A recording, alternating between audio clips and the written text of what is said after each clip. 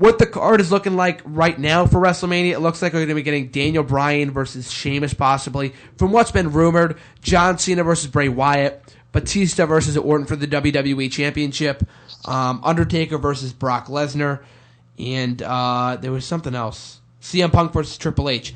So that's a rumored card. I couldn't be any more happy that it might be.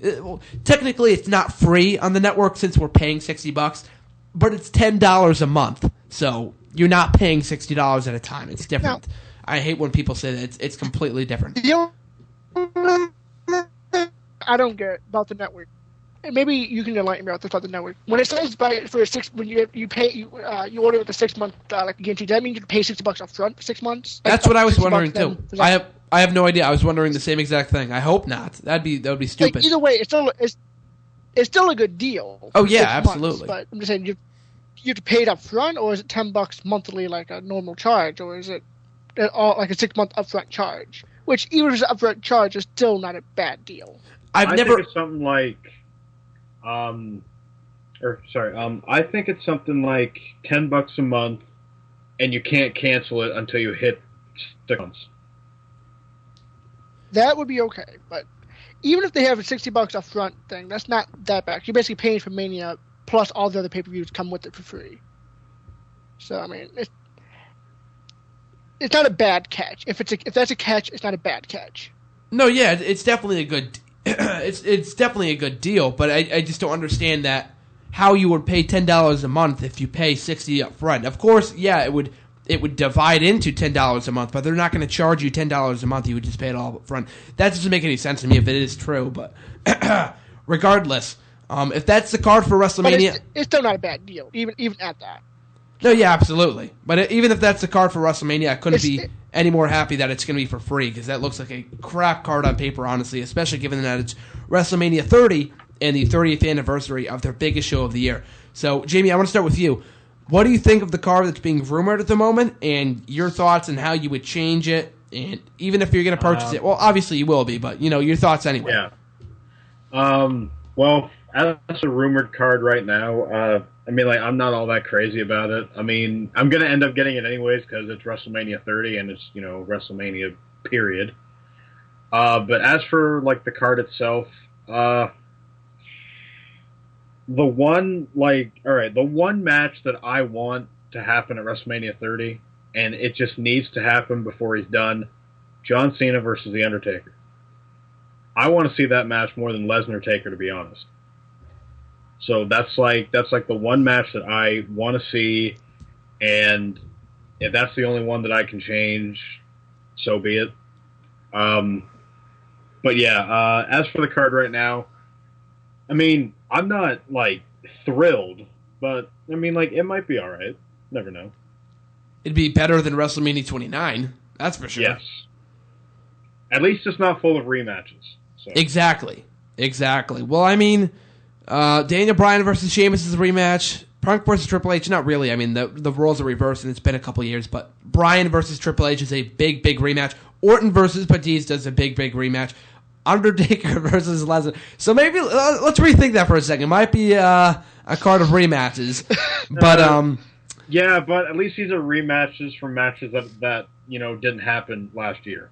Exactly. True. Very true. But Orton versus Batista in the main event does not excite me in the slightest. That's the problem. Yeah. That in the main event. Taker versus Lesnar, I've said this a million times. It could be a very good match, don't get me wrong, but I don't think Undertaker can handle Brock Lesnar's physical style. Taker's well-being. Exactly. He could get killed out there. Especially he could break a hip and he'd be done. And the match could suck. So that's why I wouldn't want to see it at WrestleMania.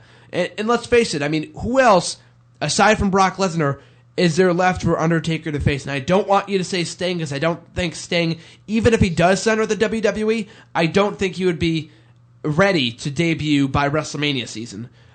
He would have had to leave TNA months ago, and he just left last week, officially. We don't even know, actually. I'm not even sure. And he could be re-signing with TNA. Who knows? Go ahead, Kyle. Here's the problem with Sting. I've seen his work recently in TNA. It's too late to have Sting and Taker. He's an okay wrestler, but he's lost his edge as a good wrestler. Did you see the Scorpion Deathlock that he did? I did not. Go back and watch his match with Magnus. Maybe it wasn't even Magnus. Maybe it was before that. I'm not really sure. But for his last few matches, he's been doing the Scorpion Deathlock. It looks terrible. He's not even sitting down on it. It's a sharpshooter, obviously, but he's not even sitting down on them. He's just like barely crouching. It's embarrassing. I mean, Sting, he's lost skill over the past couple of years, but he could still go. Now it's at the point where he can't. Maybe he doesn't want to go. But from what I've seen lately, he just can't go anymore. No, yeah, it's kind of the point. It's absolute absurdity. Whether that's him not wanting to or him unable to, it has me skeptical at him and Taker. Because obviously Taker can still go. Yep. Can't go like he used to, but he can still go. Oh yeah, very good point. Has me too Sting has me too nervous to put him in a WrestleMania match. Although I think it is overdue for him to get. I want him to come to WWE simply to be put in the Hall of Fame. And he's going to be a part of the WWE Network too. I mean, I said this a while ago, but the only reason why they would, or one of the major reasons why they want him over in WWE is to promote the new Monday Night War show, which obviously features him heavily, and he's going to be in a lot of the content for WCW. So, being a part of the network is obviously a huge thing. And, so hopefully we see him at WrestleMania. That'd be pretty cool. Maybe not wrestling, but it would be cool to see him. But, even still, aside from that, I don't know who you have the Undertaker face. He's already faced... John Cena is the only guy that comes to mind, and I don't know why they won't go through that matchup. Because as the years go on, the less likely we are going to see that matchup. The chances are dwindling year by year, so I don't know why WWE is holding off. Especially, I don't know why they don't realize. They probably do realize, but I don't know why they don't go with it. It's a big-time money matchup. The title doesn't even need to be involved. Some people are saying that Cena should have won on Sunday, so the title will be involved. The title doesn't even need to be involved. It can just be the streak. That's all. It sells itself. So Cena versus Streak. The streak is... The streak has become just as prestigious as the world title at this point. Absolutely. Exactly. You don't need the title. It's a championship in and of itself. Yeah, you don't need the championship. There's really no story to go to it if the championship was involved. Last year, I would have argued that it would have been cool if it was title versus Streak, Punk versus Taker, but I thought that would have been pretty sweet. Streak versus Streak. Yeah, exactly. That was a story attached to it, but right now there's really no story attached to with Orton being champion for only the last month.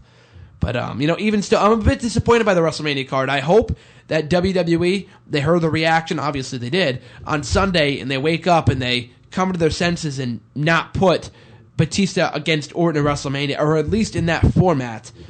They need to put Bryan in there or somebody, because the fans are going to get extremely pissed come WrestleMania. They're going to still show up, but the reaction to the matchup is going to be horrendous if they indeed go through with Batista versus Orton. Bryan versus Sheamus, I've had a lot of people tell me, oh, it's a great matchup, this is what should happen. It makes sense from a storyline standpoint if Sheamus ends up joining the Authority, and let's not forget here that Daniel Bryan was technically the one who injured Sheamus back to that Money in the Bank ladder match at the July pay-per-view. So it makes sense from a storyline standpoint, but really, when you put it in perspective with the other 5 matches on this card, and especially with the Ultimate Warrior rumored to be facing Ryback, Daniel Bryan versus Sheamus would be on the pre-show like it was in WrestleMania 27, or it would open the show like it did at WrestleMania 28. So I really see no reason why in having that match at WrestleMania. Maybe a few years ago, yeah, sure, in 2011, that's okay if it's for the U.S. title. When you have your most over guy in the company in the 5th bottom match in the card, I don't think so. That's ridiculous. So hopefully they come to their senses and they do something bigger with Bryan, hopefully in the title match, or have him face The Undertaker, which would be a nice consolation prize. I'd much rather see Bryan versus, Orton and Batista in the main event, or Bryan versus whoever. Bryan versus Cena, again, I don't even care, but over Bryan versus The Undertaker, but it would still be miles better than Bryan versus Sheamus. But, so any thoughts on that, guys, in the WrestleMania 30 card? If that card that was on the spoiler one, the Dirt Sheet post, if that actually comes to fruition, I don't even know if I want to watch Mania. None of those matches even excite me. Yeah, they're all garbage. Jamie, The only one that draws any emotion out of me is Lesnar versus Taker. The only emotion that comes out of me is fear for Taker's life. Yeah, exactly. That's it. Everything else is. It's the only match that draws.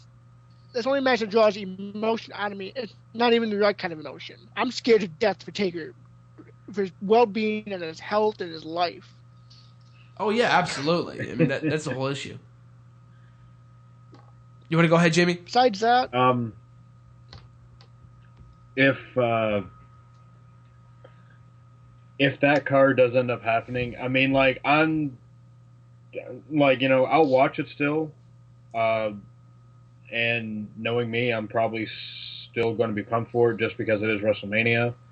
But I will say it's going to be one of the most least anticipated pay-per-views. and it's a shame because that's WrestleMania 30. Yep. Exactly. Just when you think they can't mess it up, they do. And it is following a string of bad mania. I mean, you have 27, which we already acknowledged never happened. 28, 29. No. Don't put 28 as in the worst. In the worst. 28 was good. 28 was great. I love 28. 29 sucked, fine. though. I do agree with you on that. 29. Let's go with 27 and 29. So it's following a streak of just bad manias. Exactly. And just when you think it can't get any worse than it did last year, it does. So it's like WWE goes out of their way to make the card as crappy as possible to see if they could outdo themselves from the year previous. That's at least what it seems like to me. And I hate to say this, but I saw this coming the minute they announced WrestleMania 30 wouldn't be at Madison Square Garden. I knew they were going to fuck it up. Oh, yeah, absolutely. The minute they announced it wasn't going to be at Madison Square Garden. Because they killed tradition, so like they killed any chance of WrestleMania 30 selling itself. Agreed. It definitely should have been held at MSG. I could have gone anniversary shows. Let's just face it, anniversary shows like that sell themselves. Yep. But when you break tradition, the anniversary feel of it's gone, so you have to sell it yourself. Exactly. And WWE has shown in the past their skill at selling big pay-per-views. Oh yeah, exactly. I think it's just a shame that they've completely, they've lost their way basically with WrestleMania 30. But like you said earlier on in the show, they have tons of time to right their wrongs, so hopefully they do in the next 2 months.